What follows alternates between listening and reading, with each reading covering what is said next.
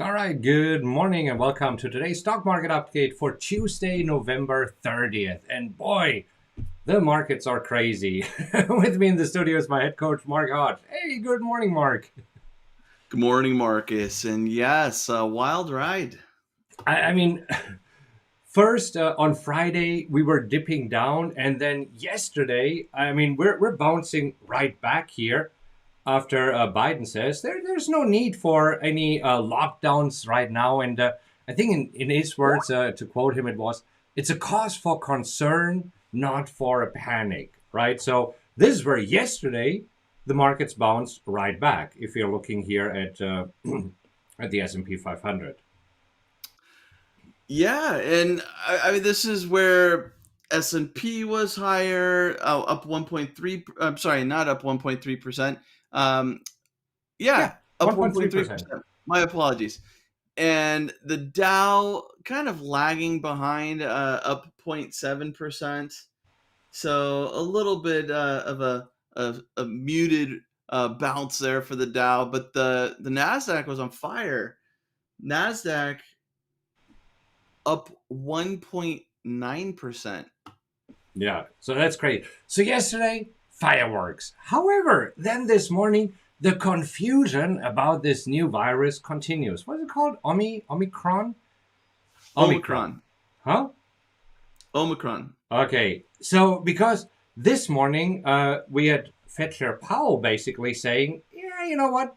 This new variant poses a downside risk to the economy. And we know that this morning Powell and Treasury Secretary Yellen are testifying in front of the Senate Banking Committee. And Powell has prepared remarks, and this will be in his prepared remarks, right? He says, yeah, you know what? There could be a concern for the economy.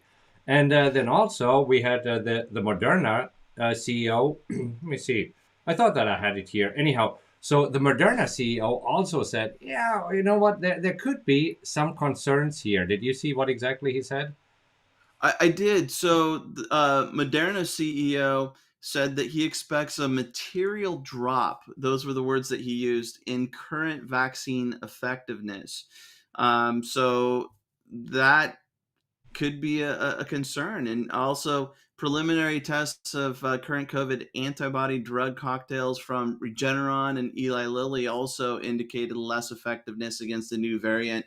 That's according to the Wall Street Journal. So Yeah, here but we then have also we have, as of this morning, Oxford University, on the other hand, saying, well, there's no evidence yet that vaccines won't protect against the severe diseases from Omicron. And then we talked about it yesterday. There's the doctor from South Africa who said, well, from what I can see, it's actually milder than all these other variants of the coronavirus that we have had thus far. So it's a mixed bag, and this is where markets don't like uncertainty. I mean, when you look at it, best case scenario, they look into it more and Omicron doesn't spread as fast as they currently expect it to, and the severe cases are much lower. Worst case scenario, these vaccine companies kind of need to start from scratch, right? It sounds like they're still looking at maybe 6 months, or 3 months, was it, to 90 days, right. 90 days, 6 months, either way, to be able to make the adjustment. Either way, that's going to buy some time. And in Jerome Powell's prepared remarks, I saw one thing that really stood out in his prepared comments. He said that greater concerns about the virus could reduce people's willingness to work in person, which would slow progress in the labor market and intensify supply chain disruptions. And I think that that's almost a bigger concern, right? Because regardless of what Omicron does or how it works and spreads and transmits, if now employees have another concern, more fear to go into the workforce, this whole supply chain issue and labor market issue just gets worse, regardless of the effectiveness of the vaccines. Well, this is where the uncertainty comes in, right? Because especially when Yeah. we see that Fed Chair Powell is concerned, what does it mean? Because they just announced, you know what, we're very happy with our progress thus far. and the labor market, on the unemployment front. And we're also okay with the higher inflation. And this is why they started scaling back their bond buying program, which has helped the economy over the past, 18 months, where after the COVID drop, I mean, the market's been pretty much doubled within 18 months from this low there. And right now, so is this something where they're walking it back? And this where exactly, Mark, as you said, there is uncertainty, and markets do not like uncertainty. And this is what we see here, looking at a 5-minute chart of the S&P futures overnight. Yesterday, at first, we were moving a little bit higher, and I have no idea why I'm using a highlighter here. Anyhow, but then we had this drop that occurred late last night, basically as Asia was opening. This morning, very wild swings. Right now, well, coming off the lows here, what we see, but I mean, there's really lots of conflicting news. So Biden says no concerns. Fauci says let's wait. The Moderna CEO says, it doesn't look good.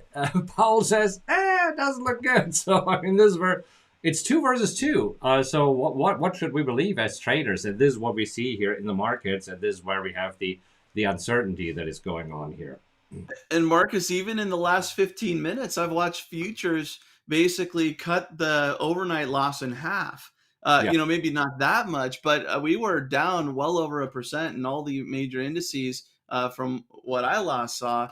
And now things are looking a little better. Yeah, especially when we look at the Nasdaq here and look a little bit at the overnight action. I mean, right now the Nasdaq is only down 0.16%, so almost going flat into the opening after this scare here and the drop.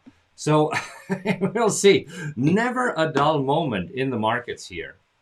One thing to mention too, it's the last trading day of November, That and too. that right now the S&P and the Nasdaq are pointing to a higher November, but that's based on yesterday's gains. The Dow is negative, so it'll be interesting to see where we end up looking at the indices. Yeah. There were some other big news, though. I mean, the big news came yesterday from Twitter, right? Let's take a look at that. This was wild. I mean, so here, Jack Dorsey, the CEO of Twitter and Square, he announced his resignation and his replacement.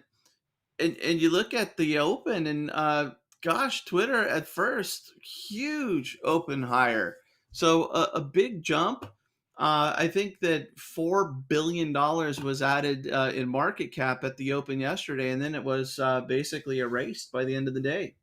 Yeah, I mean, I think Twitter at some point were up 11%, and then, yeah, by the end of the day, down 2.7%. Now, this were also, he said, you know what, I'm stepping down effective immediately.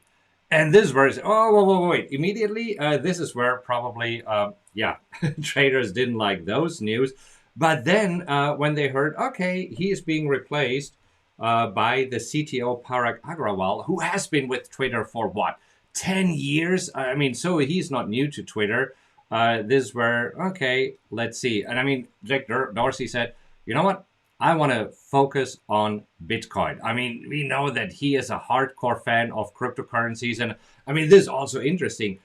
Square, I just wrote it down here. Let's just go back to Square because it's so interesting. I'll go back to a daily chart here and we'll look at Square and what happened here over the past few months. Now Square in Q3, they reported that they made 3.84 billion in profit.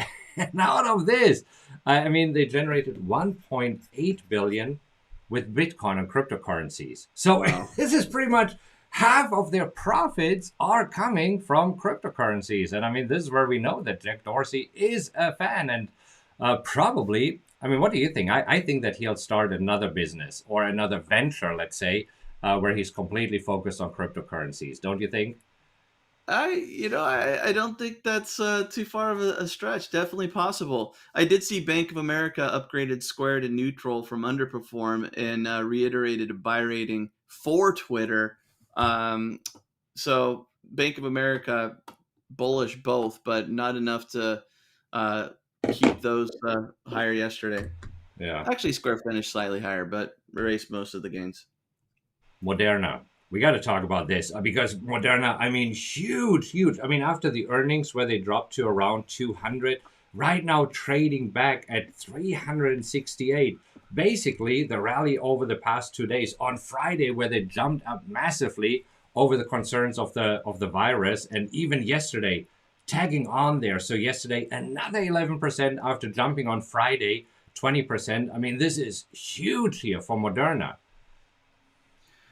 Yeah, huge comeback, and they said a new vaccine to fight Omicron may be ready by early 2022 if required. So they're in the front line, so to speak, in coming up with a vaccine that would be adjusted for the new variant. So traders are liking it. Yeah, we'll see. Okay, let me just quickly see. Perfect. What else do we have? So, what else is moving and shaking here this morning? Oh, we could look at Regeneron, REGN. There we go. So Regeneron, they were they're not down over 2% now. And they're the company that has a COVID-19 antibody cocktail, and they said that that cocktail and similar drugs could be less effective against the Omicron COVID variant. So they're down a little bit pre-market after that news. So again, kind of a mixed bag here between you know how stocks are moving and what to expect. Yeah. Zoom. Also, they were down a little bit more this morning. Yesterday, they were up 2%. Right now, I mean, Zoom just continues its wild ride here, right? I mean, going from what, 300 to 200, right now back to 223. So, a little bit of a jump here this morning. And this is where you have these stay-at-home stocks, and what's going to happen. I think it's tough to own Zoom right now. We in our mastermind group we've talked about it for the last couple of months, and I mean this was a huge pandemic winner, but trying to come up with a fair price or an attractive price for Zoom, I think it's difficult until we know more about the return to the workplace and just how it's going to affect Zoom. Yeah. All right. Do you see anybody else moving this morning? I'm just curious Well, where we will open here. I think we need to talk about the casinos, Okay. Win and LVS.